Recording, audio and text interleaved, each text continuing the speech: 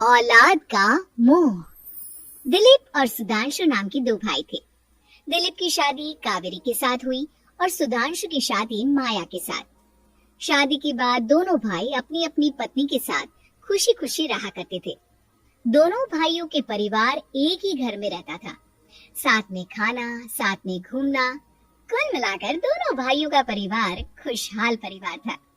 कुछ सालों के बाद दिलीप की पत्नी कावेरी को एक बेटा हुआ। भैया, आज मैं बहुत खुश हूँ। चाचा बन गया हूँ मैं। हाँ भाई साहब, इस बच्चे के घर में आने से तो रौनक आ गई है। मैं सबको बताऊंगी कि मैं तो चाची बन गई हूँ, चाची। तुम दोनों कितने अच्छे हो। हमारे बच्चे के आने से ऐसे खुश हो रहे हो जैसे ये बच्चा तुम्हारा ही हो। बस भैया, अब आपका बेटा इस दुनिया में आ गया ना, हम भी कोशिश करेंगे कि हमारा भी बच्चा जल्दी से इस दुनिया में आ जाए। और फिर आपका और हमारा बच्चा दोनों मिलकर दिन भर घर के आंगन में खेला करेंगे। कितना मजा आएगा ना। सच कहती हूँ माया, मैं भी उसी दिन का इंतजार कर रही हूँ जब तुम्हारी भी गोद भर जाएगी और मेरे बेटे को एक छोटा भाई या बहन मिल जाएगी। 1 साल बीत जाता है। दिलीप और कावेरी का बेटा अब 1 साल का हो चुका था, लेकिन सुधांशु और माया की कोई औलाद नहीं होती। माया, लगता है कि हमारी जिंदगी में बच्चे का सुख ही नहीं है। ऐसा क्यों कहते हैं? दिलीप भाई साहब का बेटा भी तो हमारा ही बेटा है ना। तुम्हारी बात बिल्कुल ठीक है माया, लेकिन फिर भी हमारा खुद का एक बच्चा होता तो कितना अच्छा होता। हाँ, कावेरी भाभी भी हमेशा कहती हैं, उन्हें अपने बेटे के लिए एक छोटा भाई या बहन चाहिए। लेकिन देखिए ना, हमारी तो किस्मत ही कितनी खराब है। हमारे तो सारे ट्रीटमेंट भी फेल हो चुके हैं। डॉक्टर ने भी साफ साफ कह दिया है कि तुम कभी माँ नहीं बन सकती। वही तो सुधांशु, बहुत बुरी किस्मत है हमारी। लेकिन माया, हम अपनी किस्मत को इतना क्यों कोस रहे हैं? हम दिलीप भाई साहब के बेटे को अपने बेटे की तरह ही प्यार कर सकते हैं ना।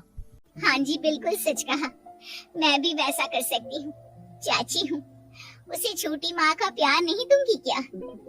कुछ दिनों के बाद दिलीप का एक दोस्त दिलीप से मिलने के लिए आता है। अरे क्या बात है दिलीप, बधाई हो बधाई। और घर तो काफी बड़ा है तुम्हारा। वैसे तुमने अपने बेटे के बारे में क्या सोचा है? भैया, हाँ क्या सोचेंगे, बस उसे पढ़ा लिखा कर अफसर बनाएंगे, उसकी पढ़ाई पर खर्च करेंगे। अरे भाभी, आपकी तो इतनी सारी प्रॉपर्टी है, आपको किस बात की चिंता? ले देकर एक बेटा ही तो है। अरे नहीं दोस्त, तुम गलत समझ रहे हो। इस घर में मैं और मेरा छोटा भाई दोनों रहते हैं। इस घर का आधा हिस्सा मेरे छोटे भाई का है। अच्छा, कितने बच्चे हैं तुम्हारे छोटे भाई के? भैया, उनके साथ ना कुछ प्रॉब्लम है। मेरी देवरानी कभी माँ नहीं बन सकती। अरे फिर किस बात की चिंता?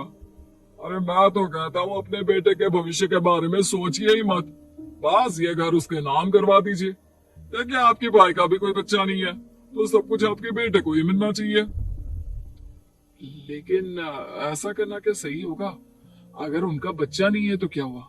ये घर आधा उनका है, उनकी जो मर्जी है वो करे। अरे कैसे बात करते हो? उनकी कोई औलाद नहीं है, वो क्या करेंगे प्रॉपर्टी अपने नाम रखकर? हाँ, वैसे भाई साहब आपकी बात तो बिल्कुल सही है। अब जो कुछ भी है वो हमारे बेटे का ही तो है। आखिर वही तो इस घर के वंश को आगे बढ़ाएगा। मैं कल ही देवर जी से बात करती हूँ। अगले दिन सुधांशु और माया, इधर आओ। तुम दोनों से बहुत जरूरी बात करनी है मुझे। बताइए ना भाभी, क्या बात है? आपको कहीं जाना है तो आप अपने बेटे को मेरे पास छोड़कर जाइए। मैं ही पूरा दिन रख लूंगी उसे। अरे नहीं माया, वो तो मुझे पता है। मैं किसी और चीज के बारे में बात करना चाहती हूँ। बताइए ना भाभी, क्या बात है? देखिए देवर जी, आपका कोई बच्चा है नहीं, लेकिन मैं जानती हूँ कि आप हमारे बेटे को अपने बेटे की तरह ही प्यार करते हैं। भाभी, बेटी की तरह नहीं, वो हमारा ही बेटा है। मेरे लिए तो वो मेरा ही बच्चा है। वही तो फिर क्यों ना ये सारी प्रॉपर्टी हम मेरे बेटे के नाम करवा दे, क्योंकि तुम्हारा हो या मेरा, हम सबका एक ही तो है बेटा। लेकिन भाभी, अभी तो वो सिर्फ 1 साल का है। अभी से प्रॉपर्टी उसके नाम करवाने का क्या मतलब है? देखिए देवर जी, जो काम जितना जल्दी हो जाए ना उतना अच्छा। आने वाले वक्त का क्या भरोसा। भाभी भरोसा क्यों नहीं, हम तो हमेशा आपके बेटे को माँ बाप की तरह ही प्यार करेंगे। हाँ लेकिन फिर भी मैं चाहती हूँ कि ये सारी प्रॉपर्टी मेरे बेटे के नाम हो जाए।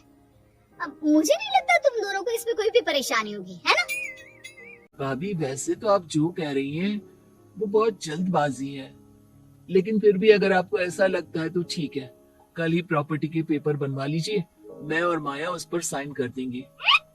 इस तरह से अगले दिन प्रॉपर्टी के पेपर बनवाकर सारी प्रॉपर्टी दिलीप और कावेरी के बेटे के नाम पर करवा दी जाती है। कुछ दिनों के बाद सुधांशु, सुबह सुबह ये कौन लोग आ गए तुम्हारे घर पर? भैया वो ऊपर वाला कमरा खाली पड़ा था ना, सोच रहा था किराएदार रख देता हूँ। लेकिन किराएदार रखने से पहले आपने हमसे पूछा भी नहीं। भाभी इसमें आपसे पूछने वाली क्या बात थी, हमें एक ही कमरे की जरूरत थी, इसलिए सोचा दूसरा कमरा किराए पर दे देते हैं, कुछ इनकम हो जाएगी। अरे माया, ये सारी प्रॉपर्टी अब मेरे बेटे के नाम पर है और यहाँ पर जो कुछ भी होगा उसके लिए तुम्हें मेरी या दिलीप की परमिशन तो लेनी पड़ेगी ना। हाँ सुधांशु, तुम्हारी भाभी ठीक है तो कह रही है।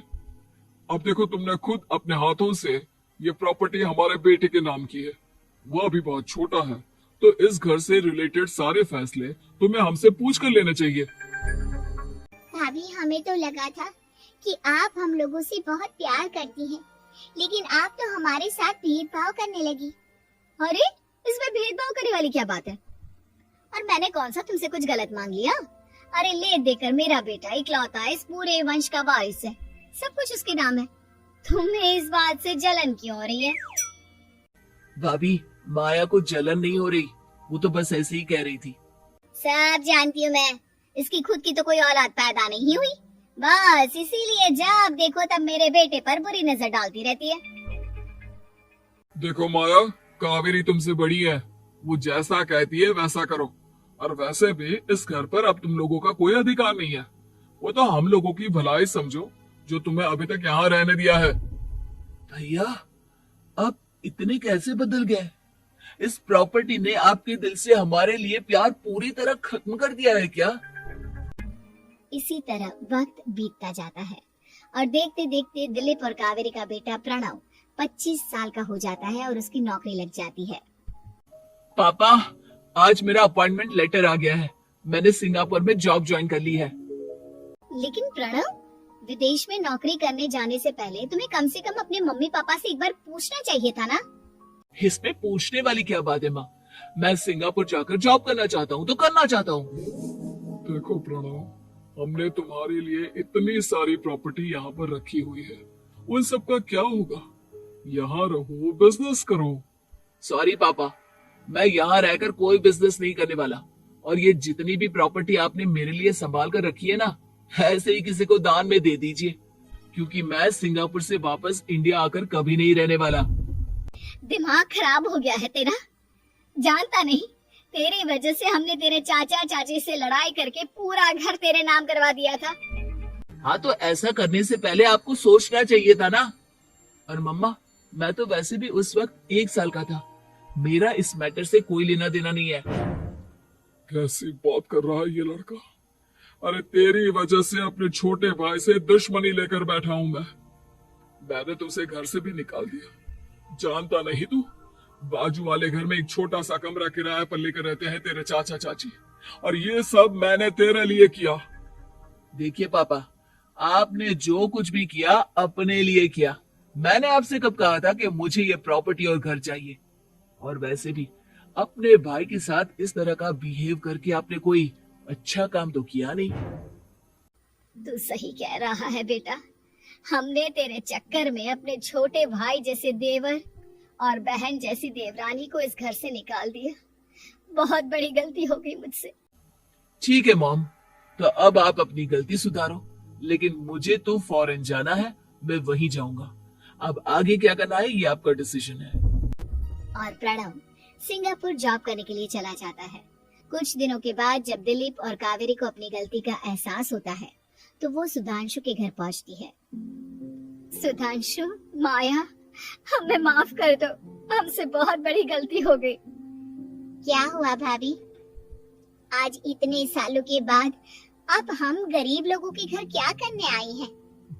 भाभी, हमने तो खुशी खुशी अपने भतीजे को सब कुछ दे दिया, अब हमारे पास कुछ भी नहीं बचा है। भाई मुझसे बहुत बड़ी गलती हो गई, जो तेरे जैसे भाई को मैंने प्रॉपर्टी के चक्कर में घर से निकाला, और जिसके लिए मैंने ये सब कुछ किया वो खुद ही विदेश चला गया। भैया भाभी, जिस बेटे के लिए आपने हम लोगों को इतनी तकलीफ दी, आपस के प्यार को बिगाड़ा, जब वही आपसे दूर चला गया तो आपको इस बात का एहसास हुआ। लेकिन माफ कीजिए, अब हम आपके साथ रहने के लिए उस घर में नहीं आ सकते। नहीं नहीं माया, ऐसा मत कहो, मुझसे बहुत बड़ी गलती हो गई। प्लीज वापस चलो, मैं वो घर फिर से तुम्हारे नाम कर देती हूँ। भाभी, मैं उस घर का क्या करूँगी? किसके लिए? मेरा कोई बच्चा नहीं, मैं तो बस जिंदगी भर आप लोगों के साथ प्यार से रहना चाहती थी, प्रणव को अपने बेटे की तरह प्यार करना चाहती थी, लेकिन आपने मुझसे वो अधिकार छीन लिया। भाभी और भैया, एक सवाल पूछना चाहता हूँ आप लोगों से। जो बच्चा कुछ ही दिन पहले दुनिया में आया हो, जिस बच्चे के भविष्य का आपको पता ही ना हो, उसके लिए अपने पुराने रिश्तों को तोड़ देना, अपने सगे रिश्तेदारों से दुश्मनी मोल लेना, उनके साथ झगड़ा करना, उनकी बेइज्जती करना, क्या ये सही है? कम से कम हमें सही वक्त का इंतजार तो करना चाहिए ना। सिर्फ प्रॉपर्टी के लिए अपने सगे भाई को घर से निकाल दिया, वो भी अपने 1 साल के बेटे के लिए। क्या ये वाकई में सही था? जवाब दीजिए मेरी बात का।